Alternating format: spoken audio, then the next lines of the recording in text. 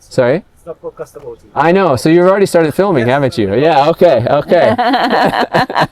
All right. We're interviewing you. Yeah. No. It's all it's B-roll, which will never be seen by the public.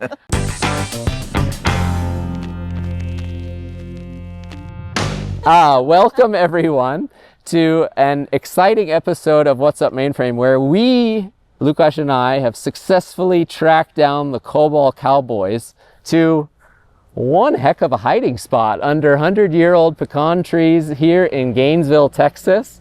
I'm so excited to introduce Eileen and Bill Hinshaw, the leaders of the COBOL Cowboys gang, so to speak. Welcome, guys, to the podcast. Thank you for inviting us. Oh, well, we love to give interviews. And thank you for coming all the way from Prague to North Texas. You're almost into Oklahoma. Oh my goodness. Yes. Well, we really enjoy it here, and so happy to be sitting out in front of your house, the headquarters of COBOL Cowboys. So, Eileen, would you get us started and tell us a little bit about the genesis of COBOL Cowboys? I would be happy to. Thank you, Zach. We started this company in 2013. Okay.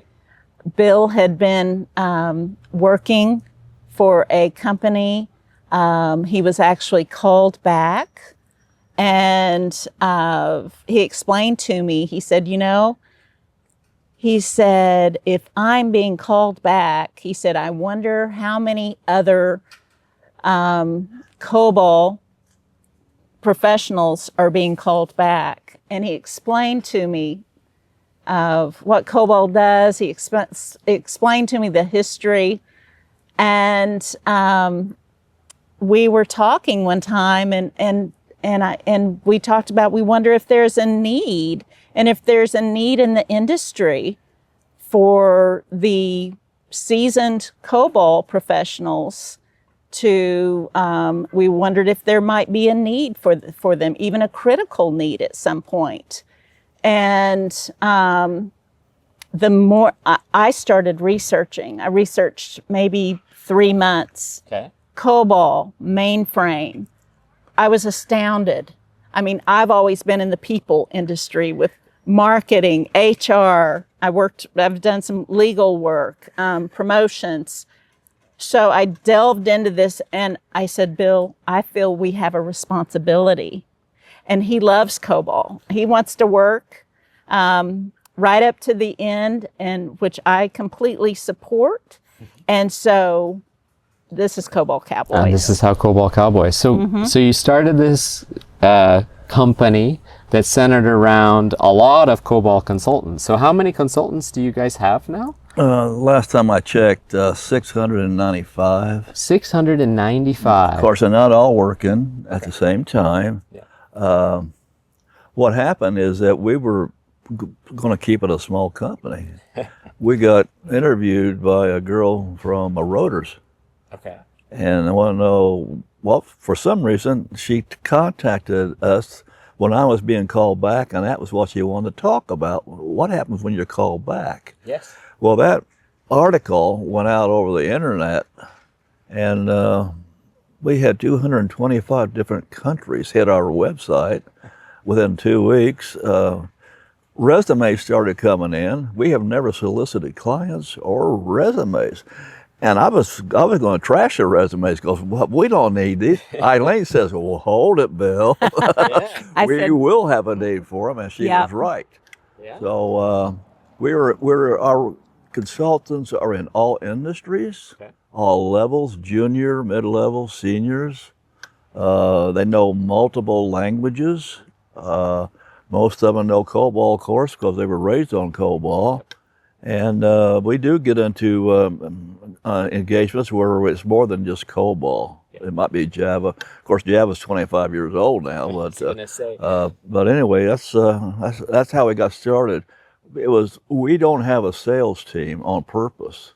Our sales team is people like you.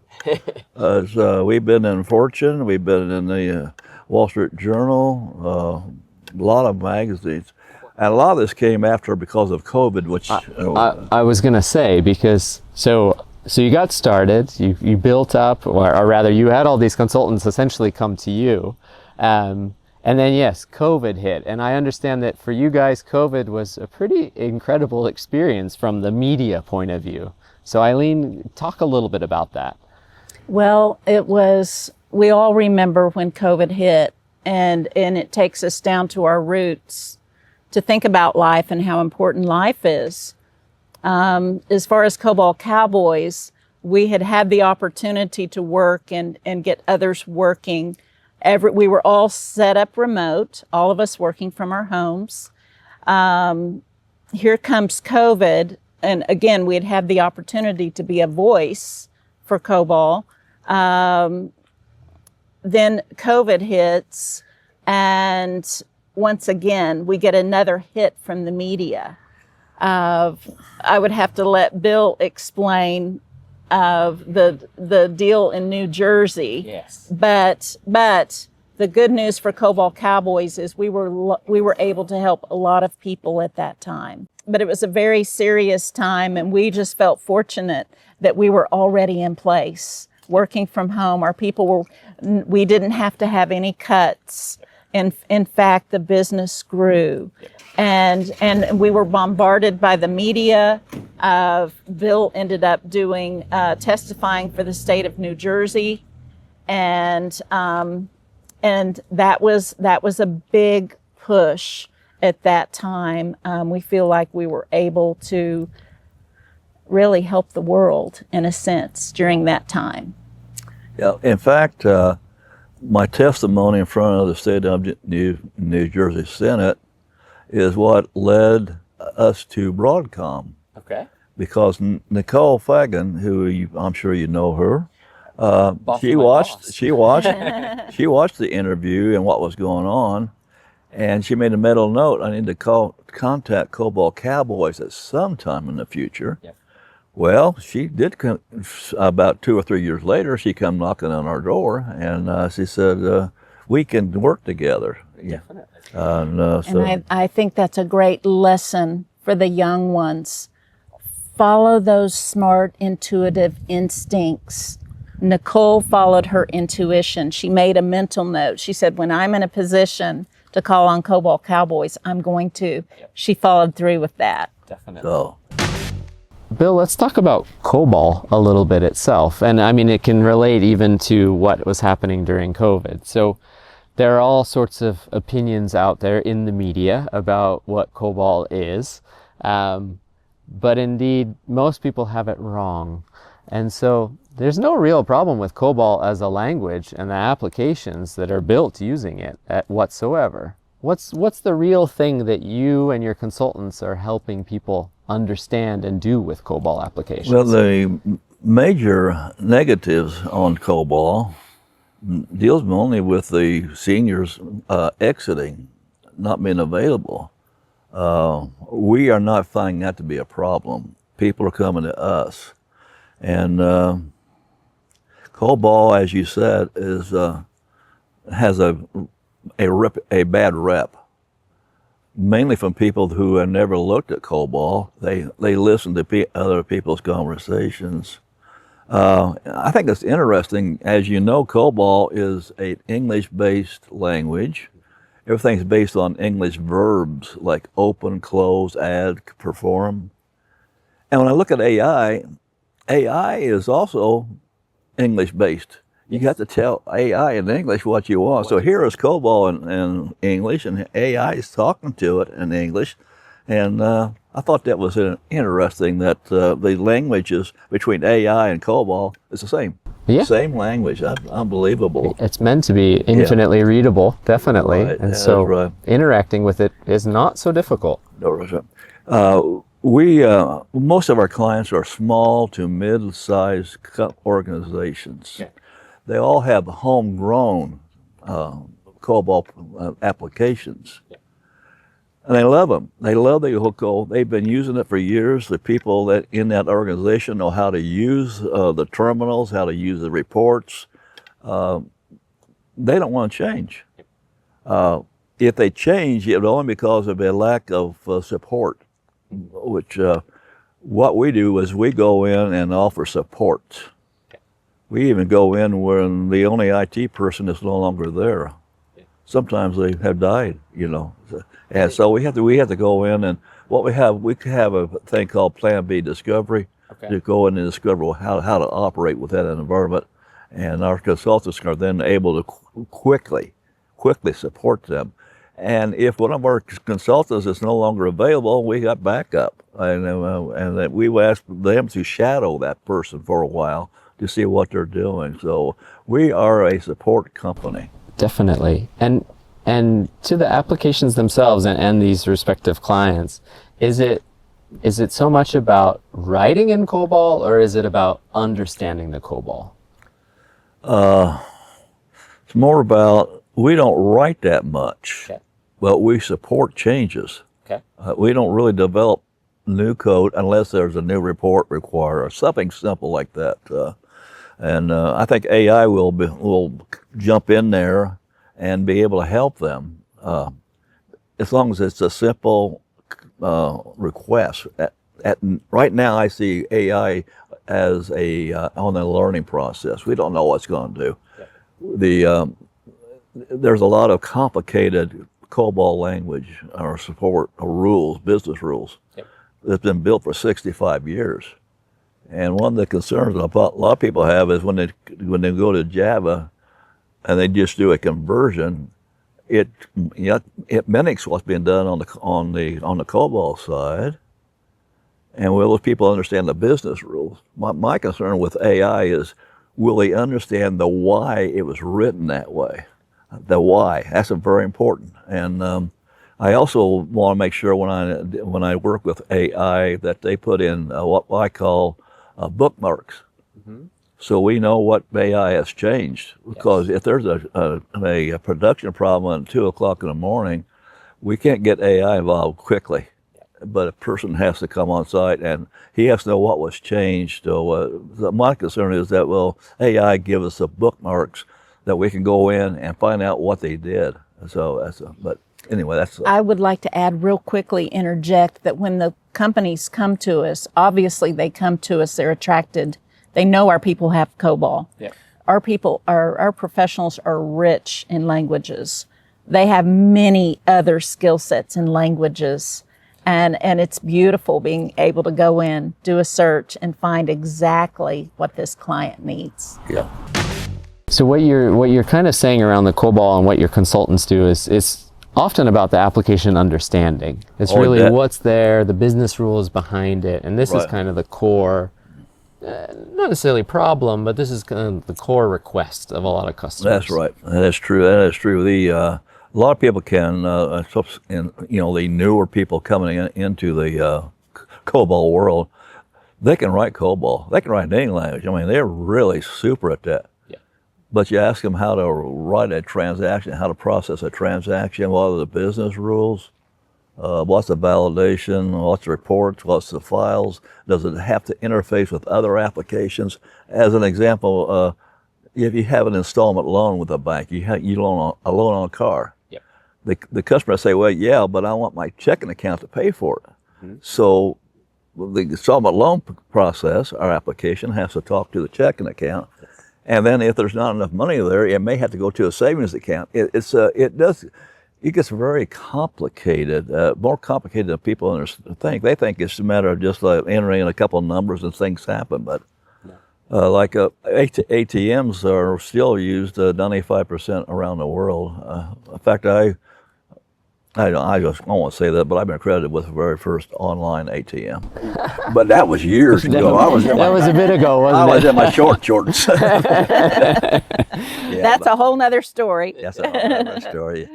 Yeah, I've been very fortunate. I've been in this COBOL for 65 years now, 65. I started using COBOL almost the day it was entered. And when you were about 4 years old? Something like that? No, I was 6. Yeah, so you're 6. Okay, sorry. So every time we go to the ATM, we say, thank you, COBOL. No, definitely, as everyone should. Yeah. So I'm so grateful that you've kind of talked through, right, the approach to working with the customers and the fact that, right, approaching COBOL applications, and so many people actually know the language and can write in it, but what's really behind a lot of the issues people face is the history of the application, the business rules that are there. Yes. And so it's much more about just understanding the application than simply Right. writing some new lines of Yep. code. So, and you've mentioned AI helpfully, because I was curious about your position on AI. You also mentioned some conversions. So I want to address those two in a little bit of detail. So first, we'll go to the conversion part, because it's quite popular in the media and among product management and companies and whatever, to suggest moving away from COBOL, switching from COBOL to Java, most commonly. So what's your opinion on that, or what have you seen? I see COBOL being the gorilla in the room, and that COBOL doesn't go away, but with the new IBM COBOLs and their mainframes, you can run concurrently with Java. You can run in the cloud. You can run with AI. People are a little bit, they don't want to touch COBOL in the area of business rules. People think they're very simple, man. They are complicated like crazy. Mm-hmm. And but I see COBOL, and IBM even pushes it. COBOL has to run with newer languages, has to run in different environments, have to be able to support AI, and our people. We have people who operate in the cloud. Some of our consultants operate. Well, they're just getting started in AI. I mean, it's brand new. And I don't think we want to touch a complex application in AI yet until Gen AI has to show us what it can do, how we can work with it. But Gen AI is coming. Yeah. No definitely. question about it. Definitely. So you would say on the conversion part that really core business rules, the core applications, it's best they stay in COBOL, and you see people kind of taking that route. And then AI, it's still kind of a step by step, let's see how we enable these interactions. Right. Yeah, you can't remove COBOL from the picture. It's like I said, it's the gorilla in the room. Yep. It really is. And it works. It works. Oh, yes, it works. It works good. I just wanted to quickly insert part of the beauty of COBOL Cowboys meeting Broadcom. It's always been in my vision since day one with COBOL Cowboys that we would support and maintain as the need is there. But it was also in my vision that we would connect with the next generations to help prepare and to help the transition. And I knew it would happen. I didn't know how it would happen, because Bill and I didn't want to, at this time in our lives, we didn't want to build an empire, and it takes a lot of money with training, et cetera, to do it ourselves. But when we met with Broadcom, I thought, you know what? This is our vision playing out. This is how we connect with the next generation to work together to make everything work. Make sure that, we're helping those who are coming to COBOL new, or maybe with a little experience, and know how best to interact and help respective customers. We have a lot of young people come to us, and they said in college we learned all about Java and all kind of stuff, but they felt that the college did not give them the full background of IT, didn't teach them about COBOL.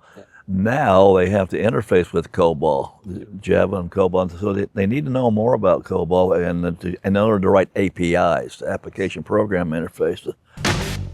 So I think I'll just end with this, that, I mean, COBOL's not going away. Obviously your consultant base is growing. Where do you see the industry in 5 years? I see it leading more towards AI getting involved on the change side. One of my concerns has always been with AI on a very complicated change. Yes. How do you tell, let me back up. If there's a new transaction required, the company gets together, the organization, they bring in all the departments that are affected, but there's one chair missing, AI. Yeah. So then the IT has to write down all the detailed specs, what's needed. Then how do you tell AI all these complex instructions or specifications And then, how will AI accept those specifications? How will they act upon them? And then they get into testing. And testing, and then the quality assurance people say, "Hey, we got a problem. It's not working." So how do you tell AI what changes needed for that one area? It's that's my concern is, but it's going to get there. It's going to get there. I think definitely. it's going to be through audio, not the visual. Yeah. I really do. And but yeah, we are a fan of AI because it can help our customers, help our consultants. We give our consultants a new leash on life because they'll be learning AI. So it's we support cloud, AI, all of that. All the We support platforms. that. That's fantastic. And Eileen, what do you think? What are you looking forward to? Well, my vision says that we will continue doing our work, and we will continue with the handshake, and we will continue preparing and helping and supporting the next generation to carry all of this forward. That's fantastic. So thank you. Well, thank you. Thank you Yes. so much for joining. Thank you. Great, Appreciate it. great to catch Thanks up with for the coming Cowboys. all the way from Prague. Our Unbelievable. pleasure. Oh, well, we're going to have to get you to come over there at some point, too. We need to go and I'm ready. get some chili. Oh, we got to go some chili. Yeah, We've it's got time for the cornbread. Cowboy Chili. I cooking. can't wait. I wish everyone could come join us.